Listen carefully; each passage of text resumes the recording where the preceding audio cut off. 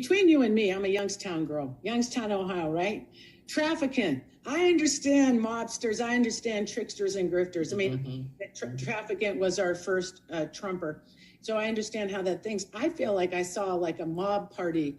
That's what it looks like. You have criminality in the audience. You have people, convicted felons, people that have no compunction about punching people out.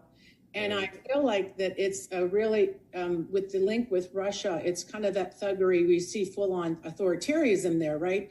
Right. So I'm wondering with that pick with Vance, it seems like he has some ties there that I would say with Ukraine, maybe some gifts that are going to be happening with him. Yeah.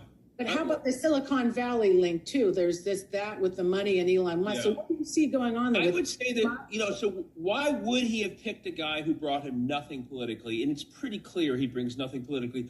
Rupert Murdoch was sending letters to Trump saying, don't pick JD Vance. He does nothing for us. So it's the first time I can ever remember agreeing with him. Two things. One, I do think he was promised certain tech money. I can't say it for a fact, but that's how Trump operates. Number two, going back to the mob theme.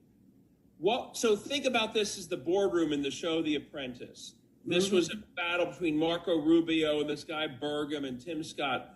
The single most important criteria for Donald Trump was who is willing to do what Mike Pence was unwilling to do on January 6th. Who will never say no, ever, even if it involves breaking the law. And JD Vance in the 2022 primary for Senate in Ohio flipped from saying that he thought Trump was America's Hitler to saying, I'll do whatever you want, Mr. Trump. And in building up to this, literally was saying that he would not have certified the day that Pence did. So I think what happened was, I think there's some money in the scene somewhere, but I think the criteria that Donald Trump wanted more than anything else was who will say yes no matter what. And shamefully, although not surprisingly, if you watched Vance, he basically was saying, including January 6th, I would be with you. And he also has raised money to help some of the January 6th insurrectionists. So basically, this was about Trump finding a true loyalist. And that's, like I said, it's disturbing.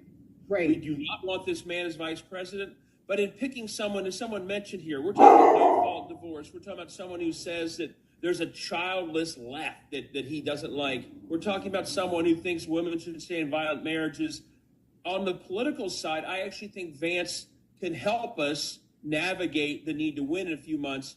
But he was picked because he sent a signal, I will do whatever you want, no matter how bad, even things that Mike Pence wouldn't do. And I think that explains, in the end, how he won that horrible competition.